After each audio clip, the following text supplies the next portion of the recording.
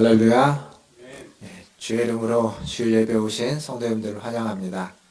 오늘은 원래가 있어서 아마 1부 때보다 2부 때 더 많이 오실 것 같습니다. 그래도 1부 가운데 오늘 하나님이 함께 하셔서 여러분들에게 큰 은혜 주시고 또 오늘 하나님을 만나는 귀한 시간 되기를 바라겠습니다. 다 함께 일어나셔서 찬양하심으로 주일 1부 예배를 하나님께 드리겠습니다.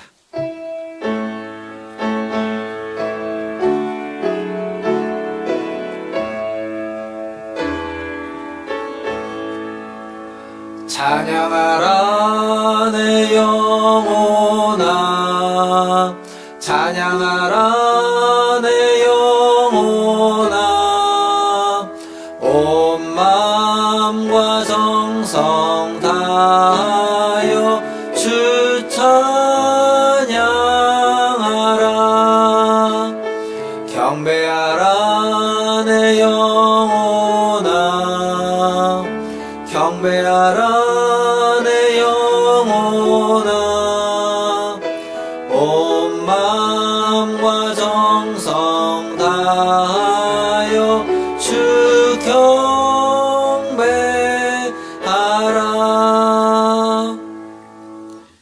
여호와여, 내가 깊은 곳에서 주께 부르짖었나이다. 주여, 내 소리를 들으시며 나의 부르짖는 소리에 귀를 기울이소서. 아멘. 하나님, 오늘 또 주님을 예배하고자 주의 전에 나와 모였습니다. 주님, 이 자리에 임재하여 주시고 우리의 기도를 들으시며 하나님 우리의 찬양을 받으시고 우리가 부르짖는 소리, 마음으로 주님 앞에 고백하고 토로하는 소리를 들으시사 하나님 은혜와 자비와 긍휼을 베풀어 주시옵소서. 감사하며 예수님의 이름으로 기도하옵나이다. 아멘. 다 함께 교독문 59번, 시편 136편 함께 교독하겠습니다. 교독문 59번, 시편 136편입니다. 교독하겠습니다. 여호와께 감사하라. 그는 선하시며 그 인자하심이 영원함이로다.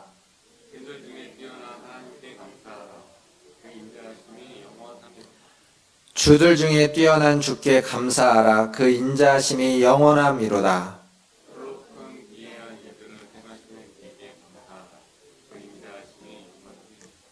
지혜로 하늘을 지으신 이에게 감사하라. 그 인자하심이 영원함이로다.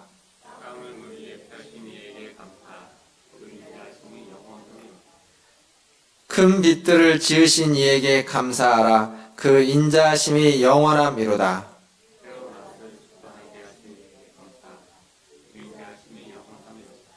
달과 별들로 밤을 주관하게 하신 이에게 감사하라. 그 인자하심이 영원함이로다.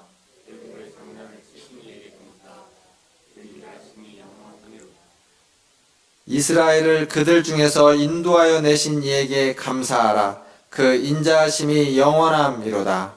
강한 손과 펴신 발로 인도하여 내신 이에게 감사하라. 그 인자하심이 영원함이로다. 아멘.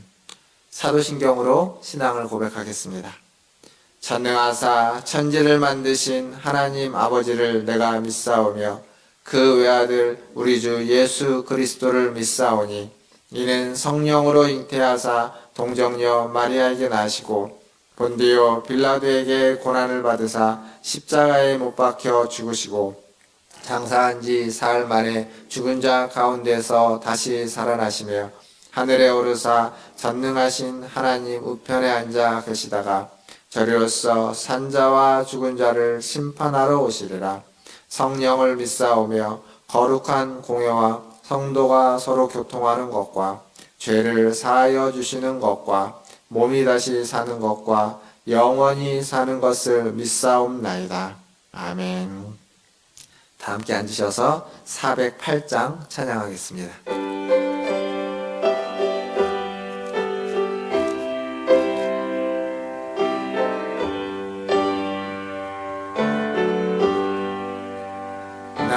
어느 곳에 있든지 늘 마음이 변하다.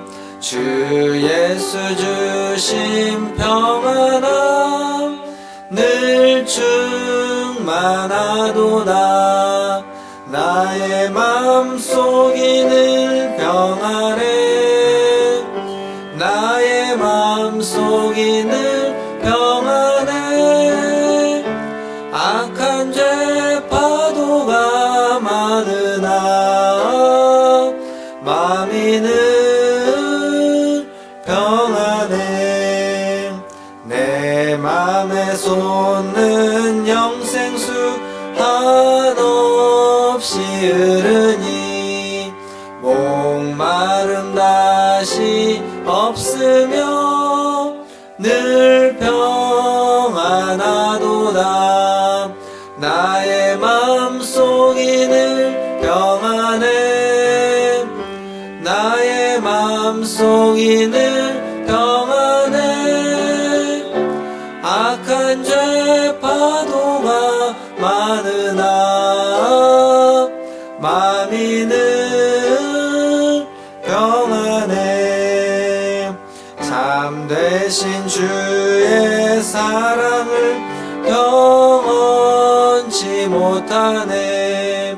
그 사랑 내 맘 여시고 소망을 주셨네. 나의 맘속이 늘 평안해.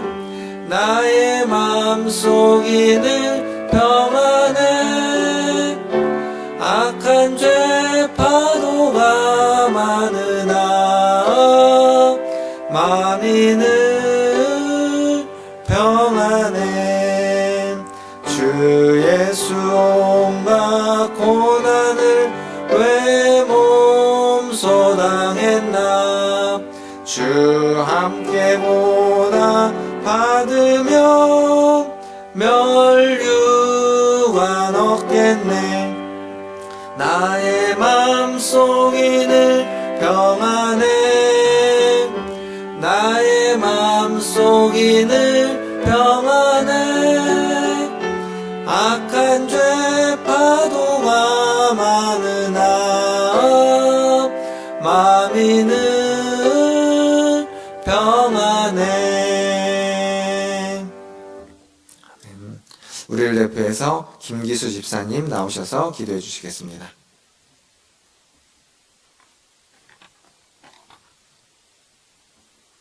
다 같이 기도하겠습니다. 하나님 아버지, 저번 주에 이어 이번 주도 주님의 몸된 교회에 나와서 예배 드릴 수 있도록 은혜 내려주셔서 감사합니다. 더욱더 감사한 것은 우리 성도들을 지켜주셔서 아무 탈 없이 이곳에 모여 주님께 기도와 찬양을 올려드릴 수 있는 이 상황 가운데 감사합니다. 예배가 얼마나 귀하고 소중한지 이번을 계기로 더욱더 알게 하시고 그 예배를 더욱더 사모하는 마음이 어서 빨리 회복되어져서 종전과 같이 모여 자유롭게 교제하며 주님을 찬양하는 행복을 나누는 교회 되게 하여 주시길 원합니다. 하지만 이번 주도 살아가면서 생각으로 지은 죄, 행동과 입으로 지은 죄가 너무나 많음을 이 시간 고백합니다. 주님, 이 시간 이 순간 기억나게 하셔서 모든 것 주님께 아뢰고 용서를 구하는 시간 되게 하여 주시고 그 죄와는 멀어지고 주님과는 더욱더 가까워지는 모든 성도들 되게 하여 주시옵소서. 코로나다, 독감 백신이다, 정치다, 정말 뭐가 뭔지 모를 만큼 어지러운 세상 가운데 살고 있습니다. 주님, 무엇이든 어떠한 상황이든 우리는 눈을 들어 주님을 보게 하여 주시고 선한 길로 인도하시는 주님을 신뢰하며 베풀어 주실 은혜를 늘 사모하며 살아가게 하여 주시옵소서. 이 시간 또한 귀한 말씀을 듣습니다. 이 말씀이 주님의 말씀이 되게 하시고 듣는 우리는 하나님의 그 위대하심을 인정하며 한 주를 살아가는 힘이 되게 하여 주시길 간절히 원합니다. 부쩍 일교차가 심해졌습니다. 모든 성도님들 건강 지켜주시고 개인 방역을 철저히 지켜 또 한 주를 안전하게 살아갈 수 있는 힘을 주시기 원합니다. 주님 은혜 내려주시길 간절히 원하며 우리를 죽기까지 사랑하시는 예수 그리스도의 이름으로 기도합니다. 아멘.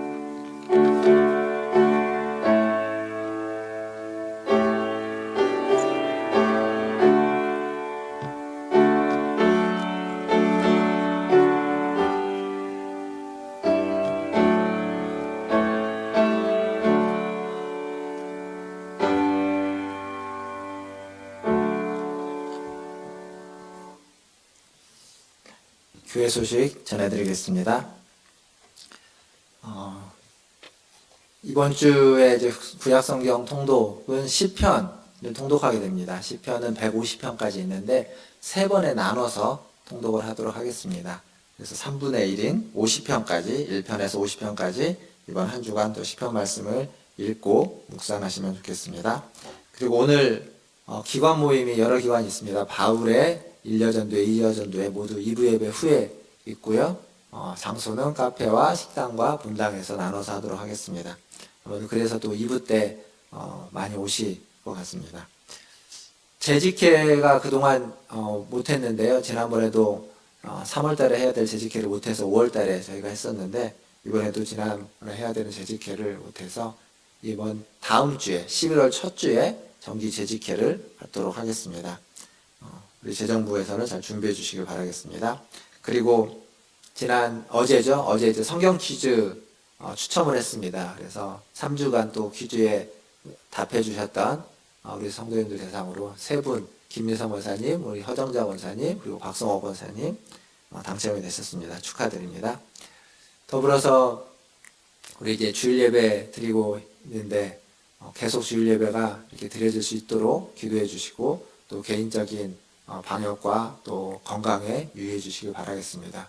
우리 집사님 기도도 하셨지만 코로나19 뿐만 아니라 또 독감 백신과 관련돼서도 또 건강하게 감기에도 걸리지 않고 잘 지내시기를 바라겠습니다. 하나님 말씀 보도록 하겠습니다. 오늘 우리에게 주시는 하나님 말씀은 로마서 1장 24절에서 32절까지 말씀입니다. 로마서 1장 24절에서 32절까지 말씀. 저와 한 절씩 교독하도록 하겠습니다. 제가 먼저 24절 읽겠습니다. 그러므로 하나님께서 그들을 마음의 정욕대로 더러움에 내버려 두사 그들의 몸을 서로 욕되게 하게 하셨으니 이는 그들이 하나님의 진리를 거짓 것으로 바꾸어 피조물을 조물조보다 더 경배하고 섬김이라. 주는 곧 영원히 찬송할 이시로다. 아멘. 이 때문에 하나님께서 그들을 부끄러운 욕심에 내버려 두셨으니 곧 그들의 여자들도 순리대로 쓸 것을 바꾸어 영리로 쓰며 그와 같이 남자들도 순리대로 여자 쓰기를 버리고 서로 향하여 음욕이 불릴 듯하며 남자가 남자와 더불어 부끄러운 일을 행하여 그들의 그릇됨에 상당한 보응을 그들 자신이 받았느니라. 또한 그들이 마음에 하나님 두기를 싫어하며 하나님께서 그들을 그 상실한 마음대로 내버려 두사 합당하지 못한 일을 하게 하셨으니 곧 모든 불의, 추악, 탐욕, 악의가 가득한 자요 시기, 살인, 분쟁, 사기, 악독이 가득한 자요 수근수근하는 자요 비방하는 자요 하나님께서 미워하시는 자요 능욕하는 자요 교만한 자요 자랑하는 자요 악을 도모하는 자요 부모를 거역하는 자요 우매한 자요 배약하는 자요 무정한 자요 무자비한 자라. 같이 읽겠습니다. 그들이 이 같은 일을 행하는 자는 사형에 해당한다고 하나님께서 정하심을 알고도 자기들만 행할 뿐 아니라 또한 그런 일을 행하는 자들을 옳다 하느니라. 아멘. 우리 예배 가운데 함께 오신 분들과 인사하겠습니다. 사랑합니다. 축복합니다. 우리 인사하겠습니다. 저희 이제 애들이 학교를 다니다 보니까 또 우리 첫째가 이제 중학교 2학년인데요. 학교를 다니다 보니까 공부와 관련된 얘기들도 듣게 되고 또 그런 영상도 좀 보게 되고 그렇게 하게 됩니다. 예전에 봤던 영상 중에 그런 게 있습니다. 서울대생 3,100 몇 명인가요? 3,000여 명이 그들이 공부하는 방법, 공부 방법 이런 영상이 있었던 것으로 기억납니다. 근데 그게 내용이 뭐였냐면 그들은 어떻게 공부하냐면 그 강사가 이제 그걸 얘기를 해주는 건데 막 열심히 외워가지고 무슨 막 이것저것 찾는 것이 아니라 어떤 내용이 있으면 그 내용을 외우기보다는 이렇게 보면서 왜 이 내용이 그런지 왜라는 질문을 자꾸 던진다고 합니다. 강사의 강의를 떠올려 보면 수요와 공급이라는 그런 어떤 사회에서 나오는 경제에서 나오는 그런 거 있을 때 왜 수요가 수요라는 건지 공급은 왜 공급인지 그래프는 왜 이렇게 내려가고 올라가고 이렇게 X자로 되는지. 자꾸 이게 왜라는 질문을 던져서 그 왜를 찾아가면서 공부를 한다고 합니다. 그게 그들의 공부법이었다는 거죠. 그러니까 왜라는 질문을 던져서 그 내용이 가지고 있는 본질을 꿰뚫어 가는 것. 외우지 않아도 그렇게 본질을 꿰뚫어 가다 보면 그것이 자연히 학습이 되고 공부가 된다라는 것을 강조했습니다. 근데 이 왜라는 질문을 사실 우리는 별로 좋아하지 않습니다. 누가 무슨 얘기를 하는데 왜라는 질문을 자꾸 던지면 이게 뭔가 따지는 것 같고 꼬치꼬치 캐묻는 것 같습니다. 그래서 왜라는 질문을 하는 사람을 별로 좋아하지 않고 그렇게 하려고도 하지 않고 그렇게 누가 얘기하면 그 사람하고 별로 말하고 싶어 하지 않는 경향이 우리에게 있습니다. 그러니까 왜라는 질문보다는 차라리 어떻게라는 질문을 훨씬 더 좋아합니다. 어떻게라는 질문이 훨씬 더 실용적이고 효율적이고 우리에게 더 가치 있어 보이는 질문이기 때문에 그렇죠. 근데 이 왜라는 질문은 본질을 찾아가기 위한 질문입니다. 본질, 그 어떤 내용의 핵심, 다른 말을 좀 바꾸면 진리를 찾기 위해서 던지는 질문이 왜입니다. 그러니까 진리를 추구하는 사람들, 어떤 의미와 목적을 추구하는 사람들은 이 왜라는 질문을 자꾸 던지게 되는 거죠. 기독교는 기본적으로 진리를 추구하는 종교입니다. 진리이신 하나님을 추구하고 진리이신 하나님의 뜻을 발견하고 그 뜻에 순종하고자 하는 것이 기독교의 어떤 핵심이고 우리가 기독교를 믿고 하나님을 믿으면서 가져야만 하는 자세와 태도입니다. 그렇다면 기독교인이 던져야만 하는 어떤 물음과 질문의 핵심은 왜입니다. 왜? 왜 하나님은 그런 말씀을 하셨고 하나님은 왜 우리에게 이것을 원하시고 왜 우리는 이것을 순종해야만 하는가? 라는 질문을 우리는 끊임없이 던져야만 합니다. 근데 안타깝게도 한국교회 성도들만이 아니라 전 세계의 많은 교회들 속에 이 왜라는 질문을 그렇게 많이 던지지 않습니다. 왜라는 질문으로 하나님을 발견하고 세상을 이해하고 그리고 그 세상 가운데서 하나님 뜻을 어떻게 실천해야만 하는지를 고민하기보다는 그냥 어떻게 하면 교회가 부흥하고 교회가 성장하고 어떻게 하면 그 교회가 영향력을 더 끼칠까라고 하는 어떻게라는 질문에 훨씬 더 많은 시간과 많은 에너지를 쏟고 있습니다. 무엇이 더 효율적인지를 찾는 거죠. 그리고 조금 더 거기서 한 걸음 더 나아가 버리면 이원론이라는 것 때문에 우리 편, 우리들의 주장은 옳고 다른 편, 저들의 주장은 그르다라는 데까지 나옵니다. 그래서 교회는 옳고 세상은 그른 곳이라고 단정짓고 예단해버리고 모든 것을 보고 모든 것을 파악하고 모든 것을 판단하게 됩니다. 이런 독단적인 태도로 인해서 진리인 신앙이 이 세상 가운데 역사 속에서 제대로 흘러가지 못합니다. 세상 사람들이 교회를 향해서 성도들을 향해서 기독교를 향해서 이렇게 소통하지 못하고 단절됐다고 말하는 이유는 이런 독단적인 태도인 겁니다. 결국 이런 독단적인 태도가 우리가 복음을 전하고 진리를 전하고 선교를 하고 전도를 해야만 하는 그 문을 막고 있다는 거죠. 그게 우리의 가장 큰 문제입니다. 바울은 지금 로마서를 쓰고 있는데 로마서 1장을 쓰고 있습니다. 근데 이 로마서를 보면 바울은 왜라는 질문을 굉장히 심도 있게 던지고 있습니다. 특별히 지금 우리가 보고 있는 1장 18절부터 3장 20절까지 1장 16절, 17절에 복음에 대해서 이야기를 하고 갑자기 그 복음의 내용인 이제는 하나님 율법 외에 하나님의 한 의가 나타났다고 하는 3장 22절, 21절로 가지 않고 18절부터 3장 20절까지의 내용이 굉장히 어두운 내용을 쓰는 이유는 그 외라는 것을 더욱더 깊이 있게 파헤치기 위한 바울만의 포석이고 바울만의 구조입니다. 근데 이게 생각보다 읽어내는 것도 쉽지 않고 별로 그렇게 우리가 좋아하는 내용들이 아닙니다. 왜냐하면 타락에 대한 이야기이기 때문에 인간의 죄성, 죄상에 대한 이야기이기 때문에 쉽지 않습니다. 우리 지금 그 내용을 보고 있죠. 하나님의 진노라는 주제로 인간이 얼마나 타락했는지 지난주부터 살펴보고 있습니다. 왜 이런 내용이 필요할까요? 그냥 인간은 모두가 죄인이다 이 한마디 하고 넘어가면 되는데 왜 이렇게 장황하게 길게 많은 내용들 여기다가 담아놨을까요? 그건 우리가 처한 현실이 얼마나 비참하고 우리가 처한 현실이 얼마나 어둡고 우리가 처한 현실이 얼마나 악하고 타락되어 있는지를 우리가 깨닫게 하기 위해서입니다. 그걸 깨달아야만 복음이 얼마나 가치 있는지를 알 수 있는 거죠. 사실 이건 바울이 살고 있었던 시대의 죄성, 죄상을 기록한 겁니다. 그 시대의 죄의 모습들입니다. 우리 시대가 아닙니다. 지금 시대가 아닌데, 근데 가만히 있다 보면 그들의 죄악된 모습과 지금 우리의 죄악된 모습이 별반 다르지 않습니다. 그러니까 죄악된 모습은, 이 죄성은 시대를, 문화를, 지역을 뛰어넘어서 영향을 끼치고 있다는 것을 볼 수 있습니다. 특별히 여기서 꼭 우리가 짚고 넘어가야만 하는 부분은 뭐냐면, 지난주에 봤던 말씀, 우리가 읽었던 본문은 아니지만 21절에 보면 하나님을 알되 하나님으로 영화롭게도 하지 않고 감사치도 아니하는 자들에 대한 이야기를 합니다. 그러니까 이 죄악상은 하나님을 모르는 자들을 대상으로 한, 모르는 자들의 죄악상을 뽑아낸 것이 아니라 하나님을 아는 자들의 죄악상들이라는 겁니다. 즉 하나님을 안다고 하는 우리들도 여기에서 예외가 아니라는 사실입니다.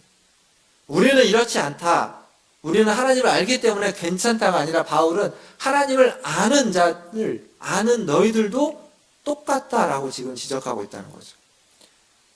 하나님을 알지만 제대로 알지 못하고 아는 바를 따르지 않는, 아는 바대로 살아가지 않는 그 불순종 때문에 결국 우리는 우상 앞에 서 있게 된다라는 얘기를 지난주에 한 겁니다. 그러면 그 우상 앞에 섰을 때 우리에게 어떤 일이 일어나는지, 우리가 오늘 읽었던 본문의 24절과 26절 그리고 28절을 제가 한번 읽어드리겠습니다. 이 세 구절에 공통된 표현이 있습니다. 24절 읽겠습니다. 그러므로 하나님께서 그들을 마음의 정욕대로 더러움에 내버려 두사 그들의 몸을 서로 욕되게 하게 하셨으니, 26절, 이 때문에 하나님께서 그들을 부끄러운 욕심에 내버려 두셨으니 곧 그들의 여자들도 순리대로 쓸 것을 바꾸어 영리로 쓰며, 28절, 또한 그들이 마음에 하나님 두기를 싫어하며 하나님께서 그들을 그 상실한 마음대로 내버려 두사 합당하지 못한 일을 하게 하셨으니. 여기 세 구절에 반복되는 표현이 있죠. 내버려 두사, 내버려 두셨다라는 표현이 반복되고 있습니다. 우리가 썩지 아니하는 하나님의 영광을 썩어질 사람과 짐승의 우상으로 바꾸어 버렸을 때, 그때 하나님은 우리를 내버려 두십니다. 지금 그 얘기입니다. 더러움에, 부끄러운 욕심에, 상실한 마음에 내버려 두신다는 겁니다. 내버려 둔다고 하면 우리는 쉽게 방치를 떠올립니다. 이런 거죠. 부모가, 어린 부모들이 아이를 낳았는데 게임한다가 아이를 방치해 둡니다. 그래서 그 어린 아이들이 너무 오랫동안 방치되어서 먹지 못해서 심지어는 죽음에 이르는 일들도 종종 방송에 나오곤 합니다. 뿐만 아니라 연로하신 어른들을 그대로 그냥 홀로 방치해두는 일들도 가끔씩 나옵니다. 그러니까 이런 것들을 우리가 떠오릅니다. 분명 이런 방치도 엄청난 결과를 초래하긴 합니다. 그러나 지금 성경이 이야기하고 있는 내버려 둔다라고 하는 건 이런 방치의 의미와는 좀 다릅니다. 이 헬라어로 파라디돔이라고 하는 이 말의 원래 뜻은 방치라는 의미보다는 넘겨주다라는 뜻입니다. 넘겨주다. 무엇인가를 내어주다라는 의미입니다. 넘겨주고 내어준다라는 뜻의 단어입니다. 이 단어가 구약에도 쓰였고 신약에도 쓰였습니다. 오늘 저는 약간 좀 성경 공부 같은 느낌이겠지만, 구약에는 어떻게 쓰였고 그리고 그것이 무엇을 의미하는지, 그리고 신약에는 어떤 경우에 쓰였고 그것이 무엇을 의미하는지를 좀 찾아보면서 오늘 말씀을 이어가 볼까 합니다. 먼저 구약을 보면, 구약에는 레위기 26장 25절에 이 단어가 쓰였는데 어떤 내용에 쓰였냐면, 내가 칼을 너희에게로 가져다가 언약을 어긴 원수를 갚을 것이며 너희가 성읍에 모일지라도 너희 중에 연병을 보내고 너희를 대적의 손에 넘길 것이며. 대적의 손에 넘긴다는 단어입니다. 내버려 두사라는 단어. 대적에게 넘기는 거죠. 사사기서 2장 14절에도 이 단어가 쓰였습니다. 여기 보면 여호와께서 이스라엘에게 진노하사 노력하는 자의 손에 넘겨주사, 여기도 넘겨주사라는 말이 그 단어입니다. 근데 보면 이스라엘에게 하나님이 진노해서 노력하는 자, 대적에게 이스라엘을 넘겨준다라고 이야기하고 있죠. 사사기 6장 1절에도 이 단어가 쓰였습니다. 거기도 보면 여호와께서 7년 동안 그들을 미디안의 손에 넘겨주시니, 왜 그랬냐면 여호와 앞에서 이스라엘이 목전 그 앞에서 악을 행하였기 때문에. 그러니까 하나님 앞에서 악을 행하고 하나님 앞에서 진노를 받고 심판을 받았을 때 하나님은 미디안, 노력하는 자의 대적들에게 이스라엘을 넘겨준다는 겁니다. 이럴 때 쓰였습니다. 즉, 이 넘겨준다는 말은 그냥 방치가 아니라 징계의 의미로 고난 가운데 하나님이 넘겨줬다는 겁니다. 대적에게, 악한 자들의 손에 이스라엘을, 하나님의 백성들을 넘겨줘서 고난을 당하게끔, 어려움을 당하게끔 하셨다는 거죠. 이 내버려 두심은 그래서 하나님의 진노, 하나님의 심판, 하나님의 형벌의 의미를 갖게 됩니다. 그 결과라고 이야기할 수 있습니다.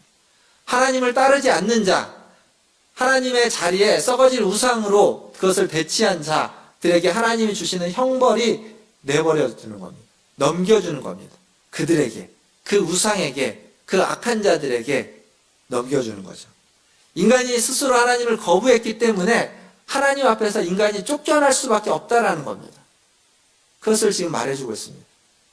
그 결과로 지금 바울이 아까 24절, 26절, 28절 세 번 내버려 둔다고 이야기하고 있는 세 가지 증상들 얘기하는 거죠. 더러움에 내버려 두사, 부끄러운 욕심에 내버려 두사, 상실한 마음 그대로 내버려 두셨다. 이게 뭘 의미하냐면 부끄러운 더러움에 내버려 뒀다는 건 인간의 정욕을 따른 더러움이라고 성경이 이야기하고 있습니다. 그래서 서로를 욕되게 하는 겁니다. 서로를 욕되게 하는 것. 이거 그냥 어떤 정욕 혹은 성적인 욕됨도 포함되는 거지만 인간은 본질상 하나님의 형상으로 만들어져서 존귀한 자입니다. 존엄한 존재들입니다. 그런데 이 인격과 이 존엄함을 함부로 짓밟는 것, 욕되게 하는 것입니다. 그러니까 무엇이든 어떤 사람이든 인격이 있고 존귀함이 있습니다. 근데 그것을 욕되게 해버리는 것, 그것을 무시하고 그것을 짓밟는 것, 가진 것에 의해서나 혹은 성별에 의해서나 재능과 능력과 실력에 의해서나 혹은 건강하냐 건강하지 못하느냐에 의해서나 나이가 적은가 많은가에 의해서 어떤 경우에 의해서도 차별하고 비난하고 혐오한다는 건 인간을 욕되게 하는 겁니다. 서로를. 그게 바로 이런 겁니다. 더러움에 내버려 두는 것, 그래서 욕되게 하는 것, 그게 하나님의 심판의 모습입니다. 지금 우리가 보고 있는 이 세상 가운데 사람을 향해서, 그 사람이 어떤 사람이든 그 사람을 향해서 혐오하고 비난하고 차별하는 것, 그게 내버려 두는 겁니다. 욕되게 하는 것. 두 번째로 생각해 볼 건 하나님께 쫓겨난 인간은 진리를 거짓으로 바꾸어 버립니다. 순리대로 쓸 것을 영리대로 쓴다라고 이야기하고 있습니다. 그래서 서로를 향해서 음욕이 불릴 듯 일어나고 남녀를 구분하지 못하고 성욕을 채우려고 하는 모습들. 그게 부끄러운 욕심에 내버려 두셨다라는 두 번째 26절에 있는 이야기입니다. 대표적으로 이 시대에 표현되고 있는 동성애가 그것이겠죠. 그건 로마 시대에, 바울이 살았던 그 로마 시대에 가진 자들, 힘이 있는 자들, 기득권자들에게 팽배해졌던 일들입니다. 근데 그 로마 시대에만 팽배했던 것이 아니라 로마보다 훨씬 더 이전인 더 고대 시대에도 그랬고, 그리고 로마 시대에도 그랬고, 지금도 마찬가지입니다. 그러니까 여전히 이어지고 있는 문제입니다. 죄의 증상이자 하나님의 징계이고 심판의 결과입니다. 그래서 말씀을 보면 그들은 이미 상당한 보응을 받았다. 그 결과로 상당한 심판, 징계를 받았다라고 이야기하고 있습니다. 그것 자체가 징계인 겁니다. 거짓을, 진리를 거짓으로 바꾸고 순리를 영리로 바꿔서 쓰고 있는 것, 그것 자체가 징계이고 심판이고 형벌이라고 지금 바울은 이야기하고 있습니다. 그리고 또 무엇에 내버려 두셨냐면 상실한 마음대로 우리를 내버려 뒀다라고 이야기하고 있습니다. 상실한 마음. 상실한 마음은 무엇일까요? 상한 심령, 이런 걸까요? 하나님이 찾으시는 상한 심령. 그렇지 않습니다. 상실한 마음은 하나님이 찾으시는 상한 심령이 아니라 하나님으로부터 멀리 벗어나 있는 마음. 하나님으로부터 가능한 멀리 떨어지고자 하는 마음. 무엇을 상실했냐면 하나님을 상실한 겁니다. 하나님을 찾고자 하고 하나님을 필요로 하고 하나님을 구하고자 하는 마음을 상실한 것. 그래서 하나님으로부터 멀리 가고자 하는 마음, 이게 상실한 마음입니다. 하나님을 상실해버리면 우리 안에 있는 인간의 내면은 깨어집니다. 하나님의 형상으로 만들어 우리가 하나님의 형상을 잃어버리게 되고 그것이 깨어지고 그것이 부서져 버립니다. 그래서 나타나는 것은 서로에 대한 비교의식, 열등감, 낮은 자존감 이런 것들이 나타나게 되는 거죠. 이게 상실한 마음입니다. 남보다 더 나아 보이고 싶은데 낫지 못해서 나의 무능함을 남보다 못한 나의 모습을 받아들일 수 없는 겁니다. 자꾸 비교하게 되는 거죠. 뭔가 비교해서 남들보다 좀 더 나아져야만 되고 뭔가 비교해서 남들보다 뭔가 좀 그럴싸해야 되고 그래서 있는 척 하는 겁니다. 점점 겉모습을 자꾸 가꾸어가고 겉모양을 내기 시작하게 되는 거죠. 그러니까 개인적으로는 이렇지만 사회적으로도 동일합니다. 사회적으로도 이 상실한 마음은 자꾸 비교하게 만드는 겁니다. 서로 비교하게 만들고 비교해서 열등감을 갖게 만들고 그 열등감을 어떤 동력을 끌어가지고 사람들이 열심히 일하게 만들고 수고하게 만들고 사회를 발전시키는데 사용하려고 하지만 그게 병폐로 자리 잡게 되는 모습들이 사회적인 비교의식입니다. 서울대병원 정신과의 권준수 교수라는 분은 한 책에서 이런 얘기를 했습니다. 한국인 모두는 병원에 갈 정도는 아니지만 사회적으로 이런 강박 증세를 공유하고 있다. 그러니까 우리 사회가 병들어 있다는 겁니다. 비교의식으로 열등감으로 병들어 있다는 거죠. 그러니까 병원에 갈 정도로 정신과 상담을 받을 정도로 치료를 받을 정도로 심각하지는 않지만 모두가 다 일정한 정도의 강박 증세를 가지고 비교의식을 가지고 열등감을 가지고 살아가고 있다는 겁니다. 한국 사회 전부가 다. 그래서 우리는 끊임없이 서로를 증오하고 서로를 시기하고 심지어는 서로를 향해서 착취합니다. 무엇인가를 나에게 해달라고 요구하고 또 누군가에게 무엇인가를 하지 않으면 뭔가 불안한 상태에 빠져서 살아가게 되는 거죠. 하나님으로부터 멀어지자. 하나님이 넘겨주자 우리에게 나타나는 현상들입니다. 서로가 서로를 버려버리는 거죠. 서로가 서로를 세워주지 못하고 서로가 서로에게 의지하고 서로가 서로에게 안정감을 주는 안전망이 되지 못하고 비교하고 열등하게 하고 착취하고 불안하게 만드는 요소가 되는 겁니다.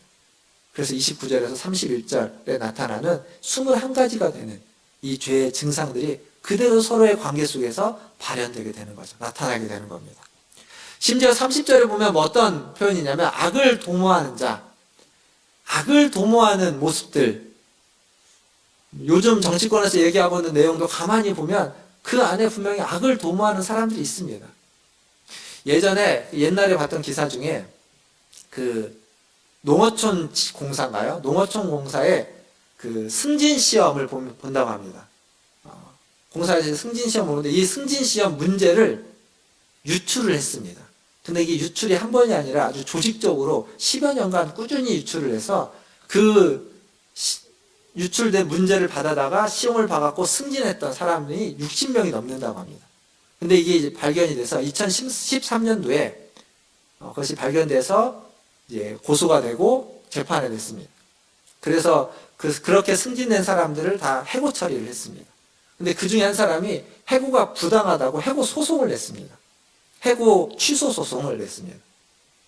2014년도에 그 소송을 냈고 그 소송의 결과가 이제 1심이 나고 2심이 나서 마지막 항고심까지 결과가 2016년도에 나왔는데 결과는 뭐였냐면 해고 무효 소송을 각하했습니다. 그러니까 무효가 정당하다는 거죠. 해고가 정당하다는 거였습니다.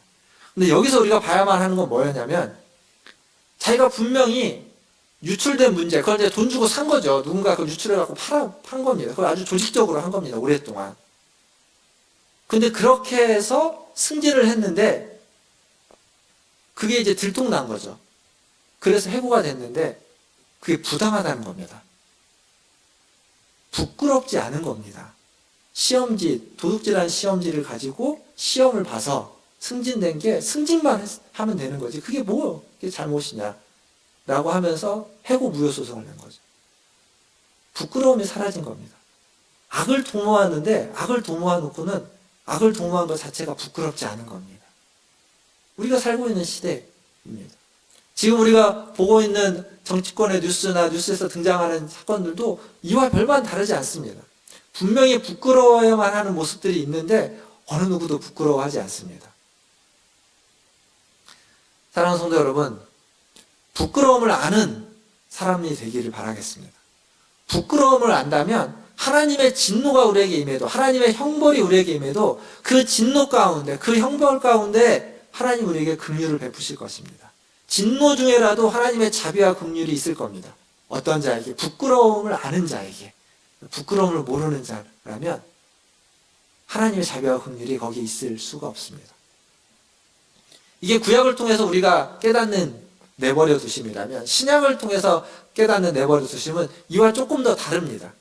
이 내버려 두셨다라는 단어가, 이 파라디돔이라는 단어가 신약에는 언제 주로 쓰였냐면 여러 번 반복해서 쓰이는 곳이 있는데 예수님이 십자가에 고난을 당하는 그 맥락에서 이 단어가 반복해서 여러 번 쓰였습니다. 유다가 예수님을 산헤드린 공회에 넘겨줬다. 이 넘겨줬다는 단어가 내버려 두셨다. 파라디돔이라는 단어입니다. 유다가 예수님을 잡아서 산헤드린에게 넘겨준 겁니다. 그리고 이 산헤드린 공회는 그 예수님을 빌라도에게 넘겨줍니다. 그리고 빌라도는 이 예수님을 그 성난 유대인 군중들에게 넘겨주고 또한 한 걸음 더 나아가서 예수님을 책찍질하는 군인들에게 넘겨주고 예수님을 십자가 틀에 넘겨줍니다. 다 같은 단어가 지금 쓰여지고 있습니다. 그리고 예수님은 자기 자신을 십자가에서 죽음에 넘겨주십니다. 십자가에 자기를 내어주는 겁니다. 죽음 가운데. 그러니까 이 신약에 지금 이 예수님의 고난, 십자가형을 고난을 당하는 데 쓰여지는 이 넘겨주다라는 이 말은 그냥 방치라는 의미가 아니라 아주 적극적으로 자신을 내어주는 겁니다. 예수님의 모습을 보면 예수님이 적극적으로 자기를 십자가에, 우리를 위해서 십자가에 자신을 내어주는 그러한 목적을 가지고 쓰여진 단어입니다. 인류의 구원을 위해서 십자가에 자신의 생명을 내어주는 것. 그러니까 내버려 두심이라는 이 단어는 특별한 목적을 성취할 때도 신약에는 쓰여지고 있다는 겁니다. 근데 바울이 지금 이 단어를 사용하고 있습니다. 일단 바울도 무엇인가 특별한 목적을 염두에 둔 거죠. 1차적으로는 앞에서 얘기했던 구약에서 말했던 하나님의 진노와 심판, 형벌로서의 내버려 두심이라는 목적으로서 썼습니다. 그러나 또 하나의 목적은 예수님의 고난을 통해서 우리가 발견할 수 있는 것처럼 하나님이 우리의 복음, 우리에게 주시는 복음으로 우리를 구원하기 위해서 그 구원이 무엇인지를 알려주기 위한 목적을 가지고 지금 바울은 이 단어를 쓰고 있다는 겁니다. 1장 16절, 17절에서 믿는 자에게 구원을 주시는 하나님의 능력이 되는 하나님의 의가 나타난 그 복음에 대해서 이야기를 해놓고 그 복음이 무엇인지는 3장 21절에 가서 바울이 설명을 하는데 그 중간에 이 내용을 쓰고 있는 이런 식으로 바울이 로마서를 쓴 이유는 그 복음이 무엇인지를 아주 깊이 있게 깨닫게 하기 위해서 그러기 위해서는 가장 먼저 뭐가 필요하냐면 우리가 얼마나 큰 죄인이고 얼마나 본질상으로 타락하여 있는지. 그래서 이 본문은 칼빈이 이야기한 인간의 전적 타락이라고 얘기하는 것의 대표적인 본문인데 인간이 모든 부분에 있어서 완전히 완벽하게 전적으로 타락했다라는 것을 바울이 알려주기 위해서 지금 이것을 쓰고 있는 겁니다. 그런 목적인 거죠. 이건 우리가 왜 이게 필요하냐면 이 죄의 증상들을 가만히 보면 약간 어떤 것과 비슷하면 약간 사기 증상과 중독 증상과 비슷합니다. 그러니까 사기가 뭐죠? 거짓말하는 거 아니겠습니까? 사기는 뭔가 그럴싸한 거, 거짓인데 그럴싸한 것을 가지고 만듭니다.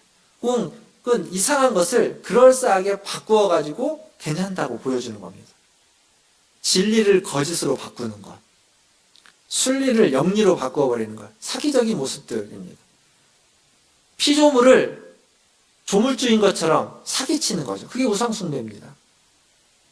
그리고 중독은 중독증이에요. 무엇인가에 빠져서 불의에 악을 도모하는 것에 그리고 음란한 것에 시기하고 질투하는 그런 상실한 곳에 빠져가지고 나오지 못하는 겁니다. 헤어나오지 못합니다. 이 사기와 중독, 이것은 치유하고 회복하기가 굉장히 어렵습니다. 그런데 이것을 치유하고 회복하려면 어디서부터 시작해야만 하냐면 내가 사기꾼이라는 것, 내가 중독자라는 것을 인정해야 됩니다. 근데 보통 사기꾼들은 자기가 사기꾼이라고 압니다. 사기꾼이라고 인정합니다.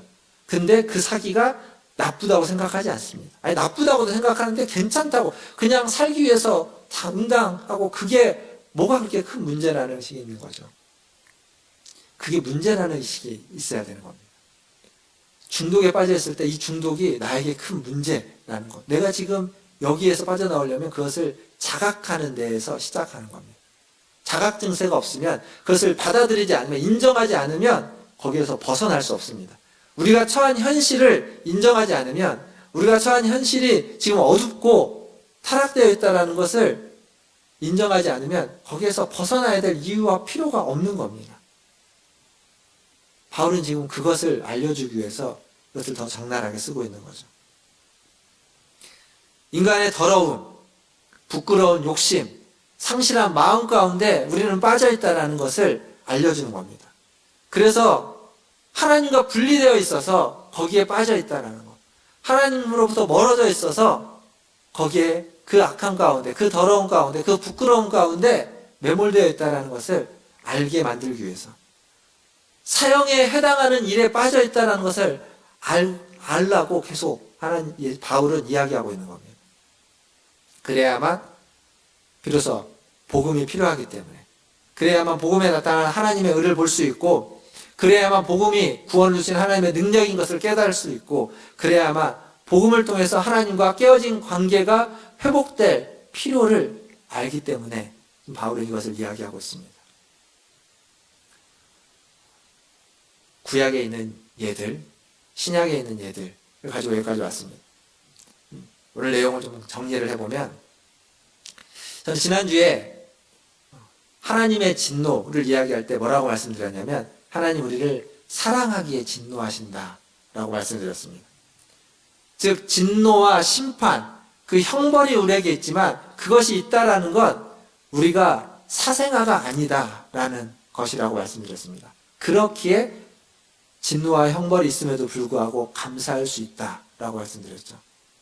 근데 아무리 감사하려 해도 사실 우리가 처한 환경과 상황이, 주어진 일이 진노와 형벌을 받는 일이라면 그게 그렇게 쉽게 감사가 나오지 않는 것이 인지상정입니다. 힘듭니다. 근데 여러분, 자녀들을 다 키워보셨으니까 아시겠지만, 자녀들을 키울 때, 자녀들이 잘못해서 자녀들을 혼낼 때, 자녀들에게 벌을 줘야만 할 때, 아주 큰 벌을 주고 크게 혼내야만 할 때, 그때 부모의 마음은 어떻을까요? 기분 좋은가요? 자녀들을 때려야만 할 때 부모의 마음은 그럼 잘 됐다라는 그 마음밖에 없습니까? 그렇지 않죠. 맞는 자녀들 이상으로 아프고 안타깝고 답답하고 속상하고, 그런 게 부모의 마음 아니겠습니까? 하나님의 마음도 이와 다르지 않습니다. 분명히 진노하고 분명히 심판하고 형벌을 내리지만, 형벌을 내리고 있는 하나님도 아프시고, 형벌을 내리고 있는 하나님도 고통스럽고, 심판하고 있는 하나님도 안타까운 겁니다. 제발 안 그러기를 바라면서, 제발 거기에서 벗어나기를 바라면서. 그래서 이 하나님의 진노는, 이 하나님의 심판은 영원하지 않습니다. 내버려 두심은 영원하지 않습니다. 잠깐 내버려 두는 겁니다. 잠시 잠깐 그 더러움에, 그 부끄러운 욕심에, 그 상실한 마음 가운데 놔뒀다가 거기서 깨닫기만 하면, 기다리고 있는 거죠. 기다리고 있는 겁니다. 돌이키기만 기다리고 있다가 돌이키기만 하면 거기에서 얼른 건져내기 위해서 계속 바라보시면서, 아파하면서, 힘들어하면서 바라보고 있는 겁니다. 그게 하나님의 마음입니다. 그게 신약에서 보여준 예수님의 십자가형을 향한 하나님의 마음입니다. 우리를 향한 하나님의 마음입니다. 저희 집이, 저희 사택이 이제 여기 아래 뒤쪽에 있지 않습니까? 사택 그 창문 그 뒤쪽에 보면 이제 교회 뒤에 공간이 있습니다. 공간. 근데 거기에 우리 애들이 와가지고 담배를 핍니다. 저희 아내가 한 2번 발견해서, 얘들아 뭐하냐 하니까 애들이 막 깜짝 놀래가지고 이렇게 갔습니다. 저쪽 빌라 쪽에서 교회 쪽으로 들어가면 빌라 쪽에 담이 낮아서 그쪽으로 이렇게 애들이 넘어와서 그쪽으로 갑니다. 한 번은 지민이 엄마가 아는 얼굴이 있었대요. 그러니까 친구인 거죠. 전에 봤던. 그러니까 아는 얼굴이 있으니까 더 이제 얘기를 하게 되는 거죠. 사실 요즘 청소년 애들이 뭐 담배를 피든 뭐 이렇게 좀 나쁜 짓을 하면 건드지 말고 조용히 지나가라고 이야기하죠. 괜히 애들한테 뭐라고 했다가 안 좋은 소리만 듣고 혹시 애들이 막 해코지 할 수도 있으니까 그냥 놔두라고 그런 얘기합니다. 뭐 그래야 될지도 모르겠습니다. 요즘 애들이 워낙 좀 과격한 애들도 있고 그렇다고 하니까. 근데 만약 거기에 여러분이 아는 얼굴이 있으면요. 여러분의 자녀가 있으면 그래도 모른 척하고 지나갈 수 있습니까? 안 되죠. 애들이 아무리 악해 보이고 아무리 험악해 보여도 내 애가 저기 껴있으면 그냥 못 지나가는 겁니다. 왜 그럴까요? 관계가 있기 때문에. 내 자식이기 때문에. 그냥 갈 수 없습니다. 관계가 있으면. 그냥 눈 감을 수 없는 겁니다. 하나님과 우리는 그런 식의 관계로 연결되어 있습니다. 하나님이 모른 척하지 않습니다. 내버려 두셨지만 그 내버려 두심에 그대로 모른 척하고 끝까지 눈 감고 버려두지 않는다는 사실입니다. 다시 보내셔서 그리스도를 보내시고 복음 전환자를 보내시고 또 우리의 마음을 계속 두드리시고 흔들려셔서 깨우쳐 주시고 깨닫게 하시고 변화시켜 주시고 회복시켜 주시려고 하나님 계신다는 사실을 잊지 마시기를 바라겠습니다. 사랑하는 성도 여러분, 우리는 하나님의 형상으로 지음받은 하나님의 자녀입니다. 끊을래야 끊을 수 없는 관계에 있습니다. 그 관계 가운데 있다는 것을 기억하시면서 진노 중에라도 긍휼을 베푸시는 그 하나님 앞에 오늘 또 나아가시는 저와 여러분 다 되시기를 주님의 이름으로 축원드립니다. 기도하겠습니다. 기도하실 때 말씀을 기억하시면서 기도하겠습니다. 하나님을 믿고 하나님을 의지하면서 오늘도 살아가시길 바라겠습니다. 우리는 하나님과 끊어지지 않는, 끊을 수 없는 관계가 있는 자들입니다. 때로는 진노와 심판 가운데 있을지라도 하나님의 자비와 긍휼이 그 가운데도 있는 줄 믿습니다. 그 하나님 앞에 오늘도 나아가시고 이 위기의 시대를 살아가고 있는 우리가 이 위기 가운데서도 하나님의 보호하심 가운데 살아갈 수 있기를 위해서 우리 함께 1, 2분 정도 기도하겠습니다. 다 함께 기도하겠습니다. 하나님, 아버지 하나님, 오늘도 주님 앞에 나와 주님 도와주시옵소서. 주님 불쌍히 여겨주시옵소서. 주님 긍휼히 여겨주시옵소서. 진노 중에라도 하나님 우리에게 긍휼을 베풀어 주시사 하나님 우리를 불쌍히 여겨주시고 우리를 아버지 하나님 받아주옵소서. 하나님 우리는 연약합니다. 하나님 우리는 불쌍한 자들입니다. 하나님 우리는 어리석은 자들입니다.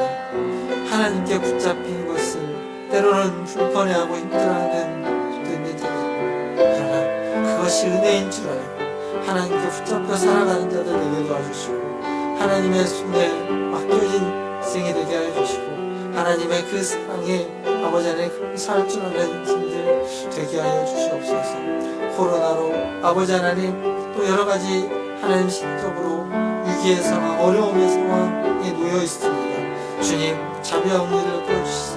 이 어려움 가운데서도 주님 피할 길을 내시고 하나님이 지켜주시고 보호하여 주시기 바랍니다. 코로나19를 전 세계가 아버지 하나님 함께 이겨낼 수 있도록 주님 주시옵소서. 아버지 하나님 하나님 우리에게 자비와 긍휼을 베풀어 주시옵소서. 진노 중에라도 긍휼을 잊지 말아 주시옵소서. 오늘도 주님 앞에 나와 예배하는 우리 성도들 기억하시고 하나님 우리 마음 가운데 아버지 하나님 그 상하고 아프고 힘든 마음들 다 주님 앞에 내려놓사오니 주님 자비와 긍휼로 위로와 사랑으로 품어 주시옵소서. 우리는 연약합니다. 하나님 이 시대 이 위기의 시대를 살아가고 있는 우리들인데 하나님 이 속에서 주님의 보호하심이 주님의 위로가 주님의 격려가 주님이 주시는 힘이 우리 모든 성도들에게 필요합니다. 주님 허락하여 주시옵소서. 코로나19를 이겨낼 수 있도록, 극복할 수 있도록, 또한 아버지 하나님 여러 위기의 상황들 속에 놓여 있을지라도 주님의 보호하심 가운데 은혜가 있을 수 있도록 주님 살펴주시고 때를 따라 돕는 은혜를 허락하여 주시옵소서. 모든 것을 주님의 손에 의탁하며 우리 구주 예수님의 이름으로 기도하옵나이다. 아멘. 이 시간 204장 찬양하시면서 준비하신 예물 하나님께 드리겠습니다.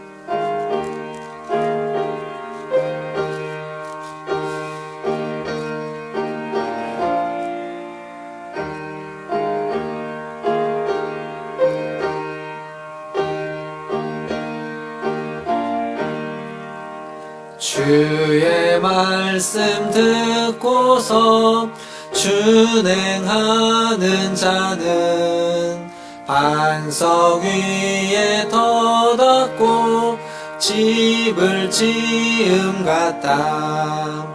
비가 오고 물나며 바람 부딪혀도 반석 위에 세운 집 무너지지 않네.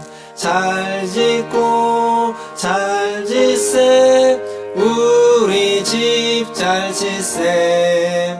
만세 반석 위에다 우리 집 잘 짓세. 주의 말씀 듣고도 행치 않는 자는 모래 위에 터닫고 집을 지음 같아. 비가 오고 물나며 바람 부딪힐 때 모래 위에 세운 집 크게 무너지네. 잘 짓고 잘 짓세 우리 집 잘 짓세. 만세 반석 위에다 우리 집 잘 짓세.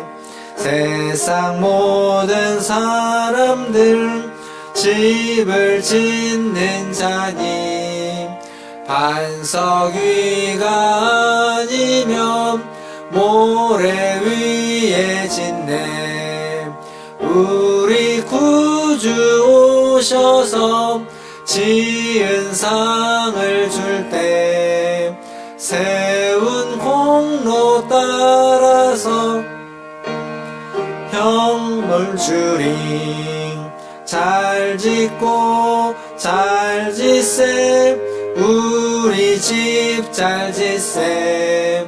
만세 반석 위에다 우리 집 잘 짓세.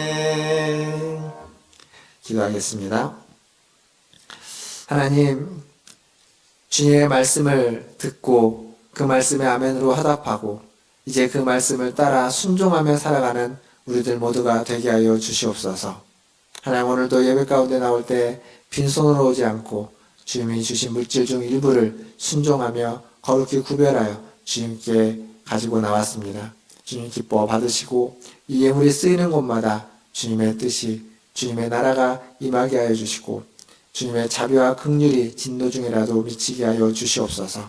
또한 이 예물을 드린 손길을 기억하여 주시고 하나님과 관계에 있는 자로서 하나님의 사랑하는 자녀로서 합당한 인생과 삶이 될 수 있도록 인도하여 주시고 매일매일 순간순간 주님이 함께 하셔서 도우시고 인도하여 주시옵소서. 그래서 가는 모든 길마다 형통하게 하여 주시고 어려움이 있을 때, 난관이 있을 때, 고난이 있을 때에도 하나님이 함께 하셔서 견디게 하시고 이겨내게 하시고 아버지 극복할 수 있도록 하나님 힘 주시기를 간절히 소원합니다. 하나님 부득이하여 드리지 못한 손길들 또한 기억하시고 하나님의 자비와 긍휼로 하나님 은혜를 허락하여 주시옵소서.